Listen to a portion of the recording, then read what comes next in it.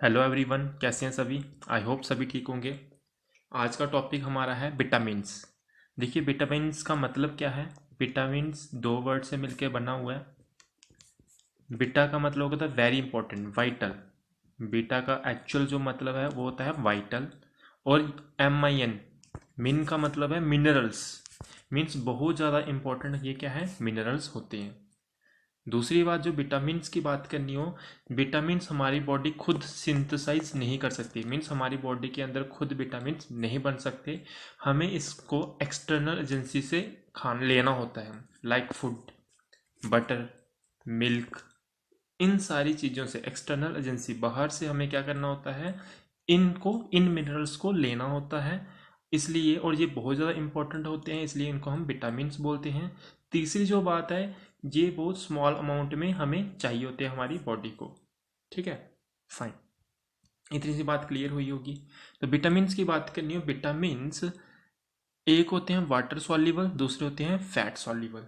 और water soluble और fat soluble को तक पहुंचने के लिए सबसे पहले आपको पता होना चाहिए कौन कौन से विटामिन होते हैं हमारे पास। A, vitamin B, vitamin C, vitamin D, vitamin E और विटामिन के।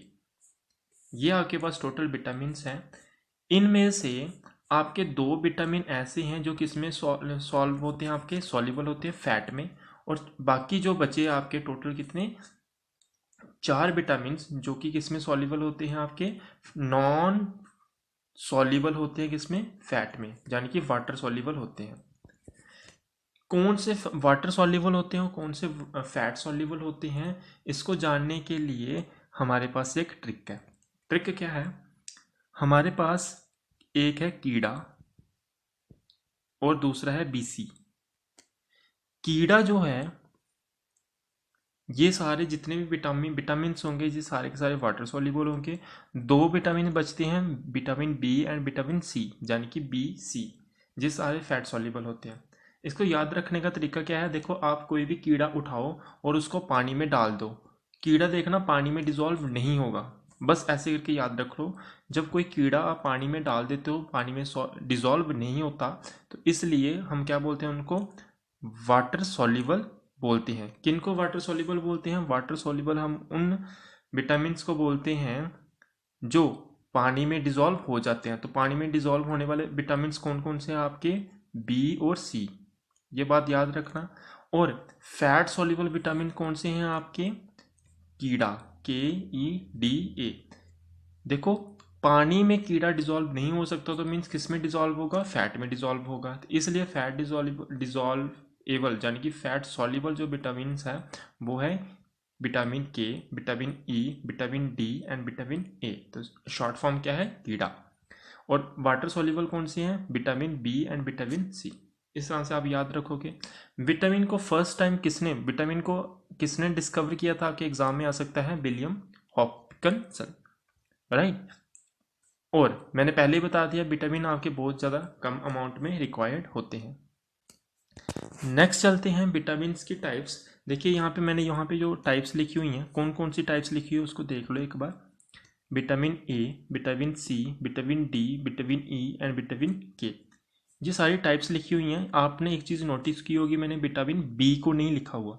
विटामिन B को इसलिए नहीं लिखा हुआ क्योंकि विटामिन B कॉम्प्लेक्स होता है, जो कि अलग से उसको हम डिस्कस करेंगे, जो कि इंपॉर्टेंट होता है अलग से। ठीक है, उनके नाम। विटामिन A का दूसरा नाम जो एग्जाम में पूछा जाता है, वेरी वेरी इंपॉर्टेंट नाम। देखो, जो इंपॉर्टेंट है आपको याद रखना, उसको मैं मार्क कर रहा हूँ स्टार। आपको इसका साइंटिफिक नेम याद रखना है, जो कि क्या होता है, रेटिनोल। ये पूछा जाता है इसका, रेटिनल आपके ऑब्जेक्टिव टाइप में क्वेश्चन आता है। दूसरा विटामिन C। देखो, यहाँ से याद कैसे रखोगे, यहाँ पे भी C है और एस्कॉर्बिक में भी C है। और इसकी इसकी डेफिशिएंसी के कारण जो डिसीज होती है वो भी कैसी है, स्कर्बी। तो C यहाँ पे वर्ड है, तो इस तरह से आप ट्रिक से याद रख सकते हो। C, विटामिन C है, एस्कॉर्बिक यहाँ पे भी C है, और स्कर्बी यहाँ पे भी देखो C है। तो इस तरह से आप याद रखना, एस्कॉर्बिक, ये तीनों चीज़ें एग्जाम में पूछी जाती हैं। विटामिन C का साइंटिफिक नाम क्या है, एस्कॉर्बिक। इसकी डेफिशिएंसी से कौन सी डिसीज होती है, स्कर्बी। स्कर्बी में क्या होता है, आपके जो गम्स होते हैं, जिनको ये गम्स वो होते हैं बेसिकली जिन्होंने दांत को क्या किया होता है, बाइंड करके रखा होता है। तो गम्स से आपका क्या होने लगती है, ब्लीडिंग होने लगती है अगर डेफिशिएंसी हो विटामिन सी की, यानी कि एस्कॉर्बिक एसिड की। अच्छा चलिए नेक्स्ट देखते हैं विटामिन डी। विटामिन डी का साइंटिफिक नाम है कैल्सीफिरोल, या दूसरा इसका नाम होता है एर्गो कैल्सीफिरोल। ठीक है, ये तो वैसे ज़्यादा कम ही दिखता है एग्जाम में इसका नाम। विटामिन ई, वैसे इसका नाम याद होने चाहिए आपको, ये चार पांचों ये जो पांचों हैं ये आपको याद होने चाहिए बेसिकली। विटामिन ई की बात करनी है तो इसका नाम क्या होता है, टोकोफिरोल। क्या नाम है इसका, टोकोफिरोल। ठीक है, अगर के की बात करनी हो यहाँ से देखो इसको याद है, देखो ई को तो एक अलग से नाम हो गया टोकोफिरोल, ई का नाम क्या है टोकोफिरोल। यहाँ से पीके, पीके मूवी है ना, वहाँ से याद रख सकते हो। पी के साथ नाम शुरू होगा किसका, विटामिन के का, तो फाइलोक्यूनाइन। साइंटिफिक नाम क्या होता है विटामिन के का, फाइलोक्यूनाइन, पी के। इस तरह से याद रख सकते हो। ठीक है, तो ये नाम आपने याद रखना है। अच्छा, इसकी डेफिशिएंसी के कारण कौन कौन सी डिजीज़ होती है, अगर रेटिनॉल की बात करनी हो, विटामिन ए की डेफिशिएंसी हो जाए तो एक होती है आपकी नाइट ब्लाइंडनेस, दूसरी होती है आपकी सिरोसिस। दोनों बीमारियां क्या होती हैं, आंखों से रिलेटेड है। नाइट ब्लाइंडनेस तो सभी को पता ही होगा, दूसरी है आपकी सिरोसिस। सिरोसिस में क्या होता है, आपकी जो आंखें हैं, ठीक है, इसमें क्या हो जाती है आपकी थोड़ी सी रफनेस आ जाती है। ठीक है, सिरोसिस के केस में। विटामिन सी मैंने पहले बताया था, एस्कॉर्बिक एसिड बोलते हैं, इसके कारण स्कर्बी डिजीज होती है। दूसरी होती है पायरिया, इसमें क्या होता है आपके टीथ की लॉ क्या होती लगती है, लूज होने लगती है। लूज होने मतलब गिरना शुरू हो जाते हैं, जड़ना शुरू हो जाते हैं अगर विटामिन सी की कमी हो जाए। विटामिन डी ये हड्डियों से रिलेटेड होता है इसका, इसलिए इसका नाम कैल्शियम है ना, कैल्सीफिरोल नाम है इसका, जहाँ एर्गो कैल्सीफिरोल है। तो इसकी डेफिशिएंसी से एक डिजीज होती है रिकेट, बच्चों में होती है, हड्डियां ऐसे टेढ़ी मेढ़ी होती हैं, है ना, मीन्स सही नहीं होती हैं हड्डियां। तो दूसरी होती है ओस्टियोपोरोसिस। इसमें क्या होता है, ओस्टियो वर्ड ही मतलब है हड्डियां, हड्डी, हड्डी से बोन से रिलेटेड है आपका वर्ड ओस्टियो। और पोरिसिस का मतलब होता है ऐसे बीच में क्या होना, छोटे छोटे होल हो जाना। आपने देखा ना स्पोंज, स्पोंज देखा है ना, स्पोंज में से छोटे छोटे होल होते हैं। तो आपकी हड्डी कमजोर हो जाती है, उसमें छोटे छोटे छोटे होल हो जाते हैं, स्पोंजी टाइप हो जाती है। कौन सी बीमारी में, ओस्टियोपोरोसिस की केस में। कौन सी बीमारी, ओस्टियोपोरोसिस। ओस्टियोपोरोसिस किसकी डेफिशिएंसी होती, किसके कारण होती है, कैल्सीफिरोल। और कैल्सीफिरोल किसका नाम है, विटामिन डी का। नेक्स्ट चलते हैं tocopherol, vitamin E. Vitamin E सभी को पता ही होगा, इसको हम ब्यूटी विटामिन भी बोलते हैं। इसकी कमी के कारण अनीमिया हो सकता है। ठीक है, स्टेरिलिटी की काम प्रॉब्लम आती है, right, means reproductive problem, reproduction में करने में प्रॉब्लम होती है। नेक्स्ट देखते हैं स्लो रिफ्लेक्स एक्शंस जो होते हैं, कोऑर्डिनेशन हमारी बॉडी का प्रॉपर नहीं रहता अगर इसकी डेफिशिएंसी हो जाए, है ना। हमारा दिमाग और हमारे हाथ, जहाँ हमारा दिमाग और हमारे पाँव सही से काम कोऑर्डिनेशन में नहीं रहते हैं। ये बेसिकली ये जो आपके विटामिन ई होता है किस किस तरह काम करता है, it act as a antioxidant. कैसे काम करता है ये, एंटीऑक्सीडेंट की तरह। याद रखना ये बीमारी नहीं लिखी हुई है मैंने, ये एक्चुअली मैंने क्या लिखा हुआ है, इसका दूसरा नाम, मीन्स कैसे काम करता है वो लिखा हुआ है यहाँ पे हमने। नेक्स्ट देखते हैं विटामिन के की कमी से कौन सी होती है। ये एक्चुअली किस में हेल्प करता है, ब्लड क्लॉटिंग में। तो विटामिन के की कमी हो जाए तो ब्लड क्लॉटिंग नहीं होती। ये देखना यहाँ पे किसका, इसके सोर्सेज क्या हैं इन विटामिन के, आपके एग्जाम में नहीं आते हैं, मैंने जस्ट आपकी नॉलेज के लिए लिखे हुए हैं, आपको याद नहीं रखने हैं। ठीक है, नेक्स्ट चलते हैं विटामिन बी, यानी कि बी कॉम्प्लेक्स पूरा का पूरा। अगर इसका जनरली कई बार नाम पूछ लेते हैं विटामिन बी का, तो आपको विटामिन बी का नाम क्या बताना है, राइबोफ्लेविन बता देना अगर जनरली बी का पूछा हो। बाय द वे इसको इस तरह से पूछा जाता है, B1 का नाम क्या है, B2 का नाम क्या है, इस तरह से। इसमें से कौन कौन से, आपने ये सारे याद नहीं रखने हैं, फिर भी आपको कौन कौन से याद होने चाहिए। विटामिन B1 का नाम होता है थायामाइन। विटामिन B2 का भी नाम याद होना चाहिए आपको, जिसका नाम होता है राइबोफ्लेविन। ठीक है, थर्ड आपको याद होना चाहिए विटामिन B12, इसका नाम होता है काइनोकोबाइल अमाइन। याद रखना B12 ये हमारी बॉडी में, हम अपनी बॉडी में बेच तो देंगे पर इसका फ़ायदा नहीं है, ये सिंथेसाइज नहीं होगा हमारी बॉडी में इसका यूज़ एब्जॉर्ब नहीं होगा। ये एब्जॉर्ब तभी होता है अगर हमारी बॉडी के अंदर क्या होगा, कोबाल्ट होगा। मीन्स इसके फंक्शन के लिए, for its function we require cobalt in our body, हमारे बॉडी में कोबाल्ट भी होना चाहिए। तो ये तभी काम करता है अगर हमारे पास क्या हो, कोबाल्ट हो। तो ये याद रखना, कई बार आता है कि इसकी फंक्शन के लिए विटामिन B12 यानी कि साइनो अमाइन की फंक्शन के लिए कौन से मेटल का यूज़ होता है हमारी बॉडी में, कौन सा मेटल होना चाहिए, तो वो क्या है आपका कोबाल्ट। याद रखना इसका, ठीक है, कोबाल्ट। Okay fine. तो ये इनके नाम याद होने चाहिए आपको। और विटामिन B6 का भी आपको नाम याद होना चाहिए, क्या है, पायरोडोक्सिन। कौन सा नाम है, पायरोडोक्सिन। बाकी अगर आप याद रख सकते हो तो रखने हैं, पहले मैं आपको फिर से रिवाइज करवा देता हूँ। विटामिन B1 का नाम होता है थायामाइन, विटामिन B2 का नाम होता है राइबोफ्लाविन, और विटामिन B6 का नाम होता है पायरोडोक्सिन, और विटामिन B12 का नाम होता है साइनोकोबालामाइन। ठीक है जी, ये नाम आपको याद होने चाहिए, बहुत इंपॉर्टेंट है।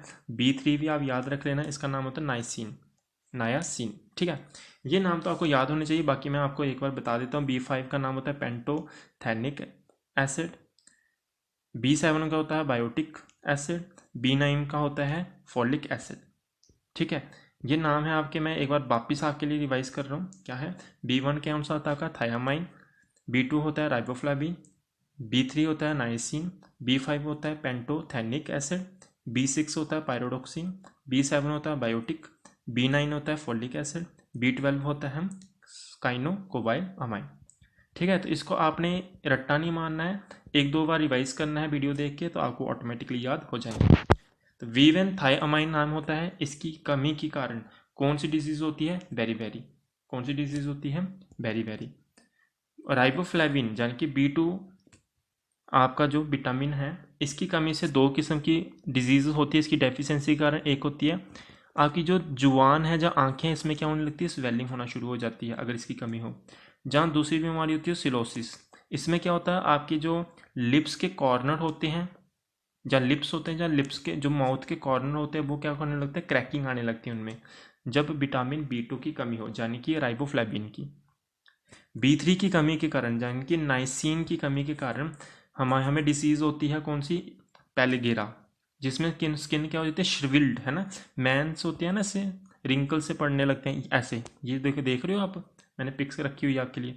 इस तरह से कुछ आपके देखने को मिलता है। अगर पायरोडोक्सिन की कमी हो जाए, यानी कि B6 की कमी हो जाए, तो हमारे नर्वस सिस्टम, है ना, दिमाग में इफेक्ट पड़ता है। अगर B12 की कमी हो जाए, यानी कि साइनोकोबालामाइन की कमी हो जाए, तो अनीमिया की प्रॉब्लम हो जाती है, हमारी बॉडी कोऑर्डिनेशन नहीं कर पाती है। खासकर ये जो B12 की कमी जो बच्चों में पाई जाती है ना, अडल्ट बच्चों में पाई जाती है, यहाँ पे इनका ज़्यादातर ना B कॉम्प्लेक्स जो होता है, ये हमारे दिमाग के साथ ही रिलेटेड होता है। दिमाग की कोई भी प्रॉब्लम होगी, मीन्स विटामिन की कमी से कोई भी दिमाग की जो प्रॉब्लम आ रही होगी, तो मीन्स किसके कारण आ रही होगी, वो विटामिन B के कारण आ रही होगी दिमाग से। आपको गेस कर सकते हो, जैसे नर्वस सिस्टम, यहाँ पे भी कोऑर्डिनेशन में प्रॉब्लम होने लगती है। अगर विटामिन B12 की कमी हो, यहाँ पे भी यही सेम प्रॉब्लम होती है।